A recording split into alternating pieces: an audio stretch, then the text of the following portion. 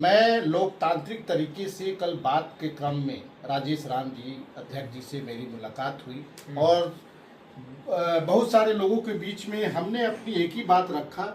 मैंने बोला कि आपने ये कैसे कर दिया। बार बार वो अपनी बातों में सभी लोगों को समझाने के क्रम में ये बताने की कोशिश कर रहे थे कि गलती मेरी नहीं है। जो ये रसातल में कांग्रेस आज की डेट में जो गई है इसमें मेरी कोई गलती नहीं है। सीधा गलती अल्लाह वरू सह प्रभारियों के ऊपर वो दे रहे थे।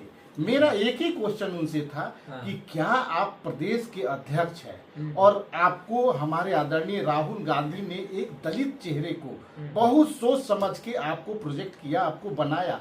हर किसी की उम्मीद आपके ऊपर बनी हुई थी। यहाँ के जितने भी स्थानीय बिहार प्रदेश के जितने भी छोटे बड़े कार्यकर्ता सबकी उम्मीदें जगी थी, क्योंकि वर्षों से कांग्रेस अलग दिशा में जा रही थी। लेकिन आपके बनने से बहुत सारा चीजें हुआ।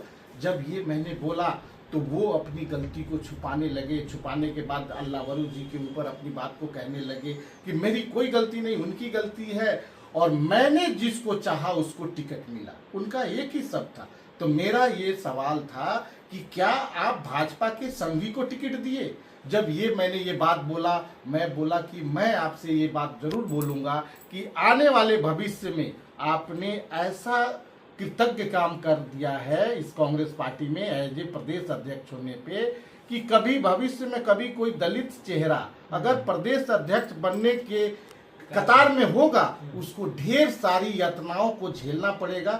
जिस बात को इतना बुरा उन्होंने माना, मिनट से पहले उन्होंने आदेश दिया कार्यालय में और इनको जल्दी से गेट से बाहर निकालिए और इनको हटाइए, यहाँ से चलिए, निकलिए निकलिए और इनको निष्कासित करो जी, विजय को निष्कासित करो।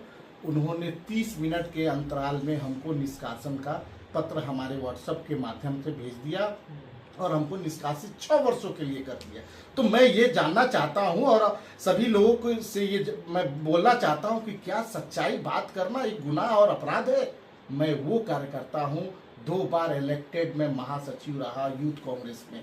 मैं वर्षों से कांग्रेस पार्टी साल काम किया? मेरे को 26 साल हो गया हमको कांग्रेस पार्टी से जुड़े हुए। 26 साल काम किए, 26-20-25 मिनट में निकाल दिया गया। ये है वो अपनी सिर्फ कमी को छुपाने के लिए ये सारे कदम उठा रहे हैं। और मुझे ऐसा लग रहा है कि आदरणीय राहुल गांधी, आदरणीय खड़गे साहब को इन बातों को, इन सारी चीजों को समझते हुए जल्द से जल्द इस कमेटी को भंग करके भाजपा के जो तमाम लीडर लोग कह रहे हैं कि हार का जिम्मेदारी कोई नहीं महागठबंधन वाले लेना चाहते हैं, ठीक उसी तरह दलित नेता पे जो है कांग्रेस नेता फोड़ दिए। नहीं नहीं नहीं नहीं, देखिए एक चीज आप समझने वाली बात है। मैंने उनसे कल एक और क्वेश्चन, मैंने अपने सवाल पूछा। मैंने बोला कि सर आप लोग महागठबंधन जो हमारा जो बना उसमें आप सीट का निर्धारण करने के लिए 2-2 बजे रात तक आप लोगों का मीटिंग चलता था।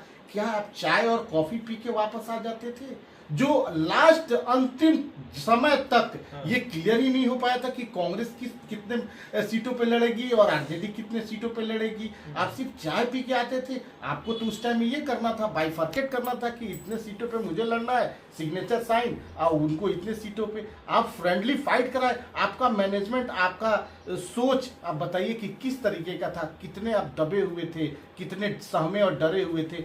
ये ही बात उनको मैंने बार बार समझाने की कोशिश की और वो बोले कि नहीं, मैंने जो किया वो बहुत अच्छा किया।